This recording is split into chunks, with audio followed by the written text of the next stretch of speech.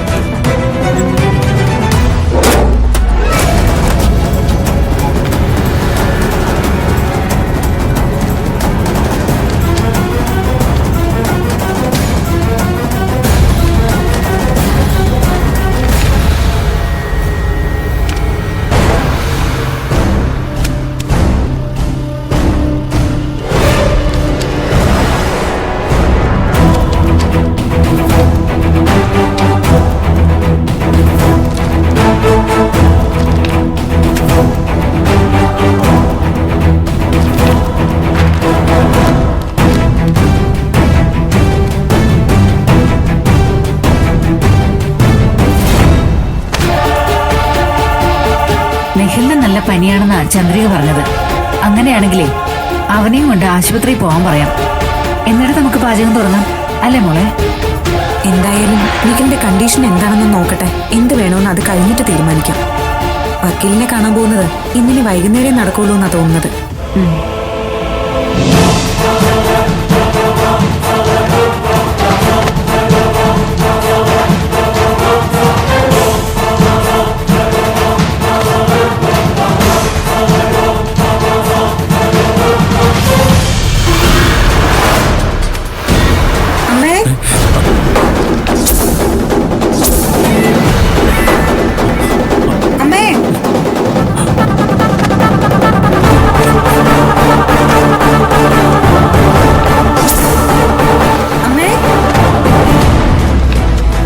ചന്ദ്രികേ, ചന്ദ്രികേ,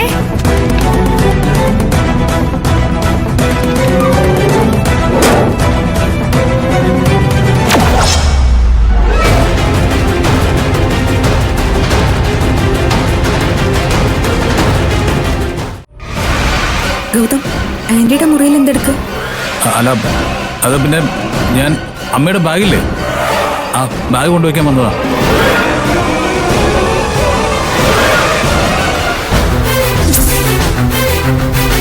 അല്ല, ഈ പെട്ടി ഞാൻ കട്ടിലിന്റെ അടിയിൽ വെച്ചിരുന്നാണല്ലോ. മോനെന്തിനാ അതെടുത്ത് മുകളിൽ വെച്ചത്?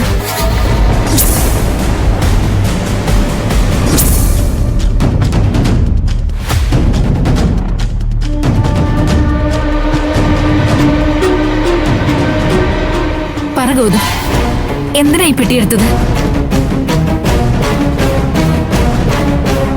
അമ്മയുടെ ബാഗ് കൊണ്ടുവയ്ക്കാൻ മുറിയിലേക്ക് വന്ന ഗൗതമിന് ആ പെട്ടി എടുക്കേണ്ട ആവശ്യമില്ലല്ലോ.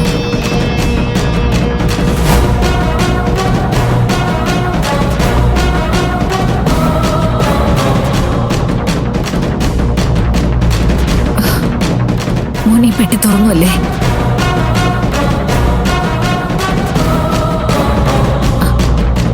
ചാവി എങ്ങനെ കിട്ടി?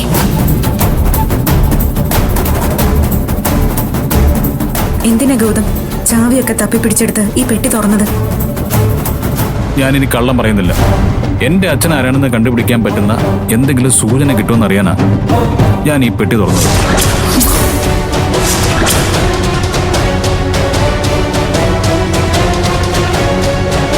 ദൈവമേ, അന്ന് അതിന്റെ ആ ഫോട്ടോ എടുത്ത് ഈ പെട്ടിയിലാണെന്ന് വെച്ചത്.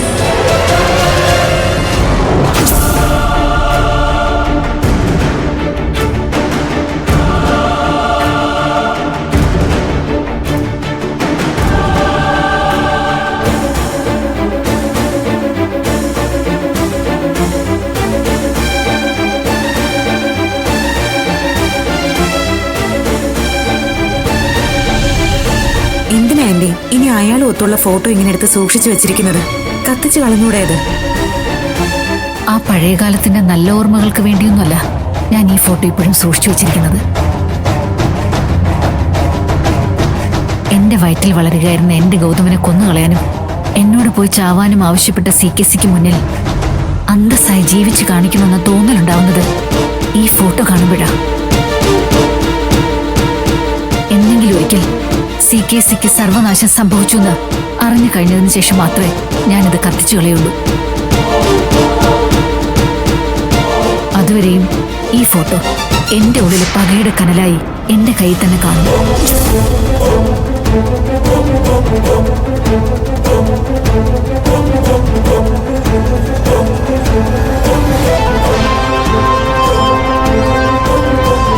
ദൈവമേ, പെട്ടിയിലിരുന്ന CKC ഒത്തുള്ള ഫോട്ടോ ഗൗതം കണ്ടു കാണുമോ?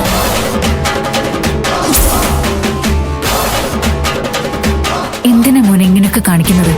സമയമാകുമ്പോ എല്ലാ സത്യവും തുറന്നു പറയാന്ന് ഞാൻ പറഞ്ഞതല്ലേ. എത്ര നാളെന്ന് കരുതി അമ്മേ ഞാൻ കാത്തിരിക്കുന്നത്? എന്റെ ക്ഷമ നശിച്ചു.